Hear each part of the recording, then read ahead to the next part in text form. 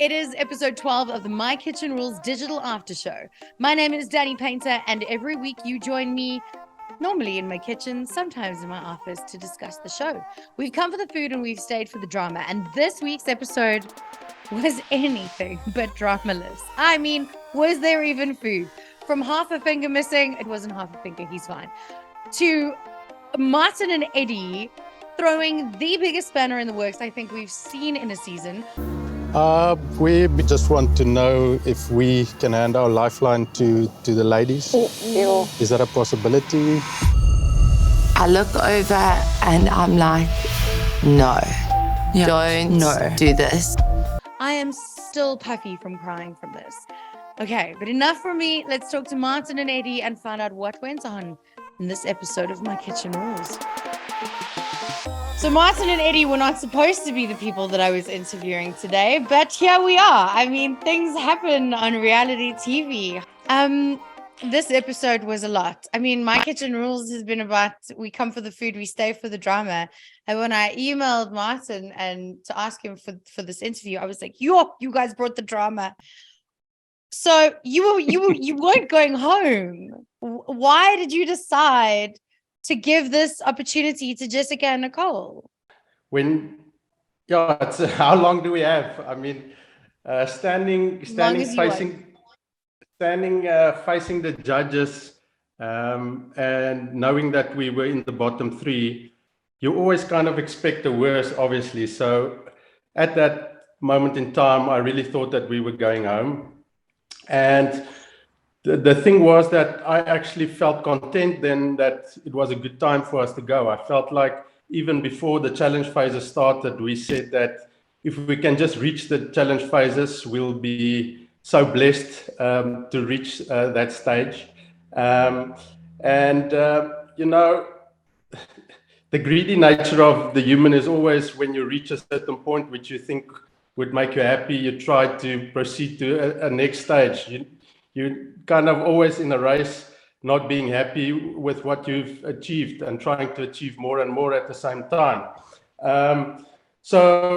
Obviously thinking that we were going home, I was quite happy with that. And in the same sense, there was loads of like work pressure. I run this my own business. So for the past 4 years, I haven't been away from the business for longer than a week at a time. Work was just catching up to me, and I felt like this is a good time to go home. I have to get back to work and keep the sails or the ship sailing. The team who impressed everyone the least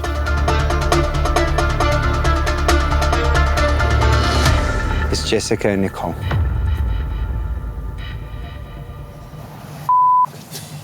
I am heartbroken. It's really terrible. You know, it breaks a man's heart when you see women or girls crying. So seeing Jessica and Nicole being so distorted, we know that we could turn their tears of sadness into tears of joy.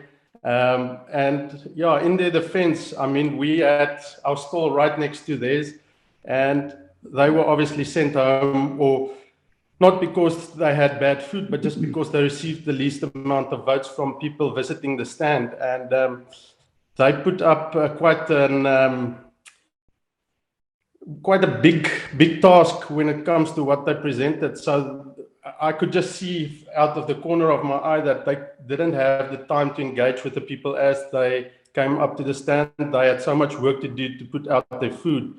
And that obviously played to their disadvantage. Martin, I have to ask you, what makes you forfeit your dream for somebody else's opportunity? I think we felt a bit of pressure the last two challenges. We've had an incredible time. We've loved every second of it.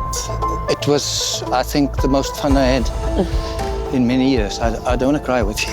Yeah, don't cry. But it was an incredible journey. And yeah, I mean, it just made me grateful for where I am, for what I have, and for what I share with the people around me. What have you learned about yourself and each other, and what are you taking with you? Yeah. Well, one of the things that I've learned about myself is that I'm still up to a challenge. Oh, That's yes. the one thing. The other thing is there's so much good in all people. because there was just not one single person in this whole process that that we had any negativity towards. So it was really an eye-opener to see how, although we are very different in many ways, many of us, when you're thrown together, we're the same. Yep. So we made some good friends, strange friends if you compare cultures and that sort of thing. But we made very good friends in this whole process. Jess? I'd never feel like we could pay it back, but maybe paying it back by cooking our hearts out and not making a mess. That's the spirit. This is crazy. Like, this is reality TV. I don't even know what's going on. I think for us to swallow our pride is the most difficult thing we've done this whole competition. Will you accept the lifeline? That Martin and Eddie Yes. have generously offered. Yes.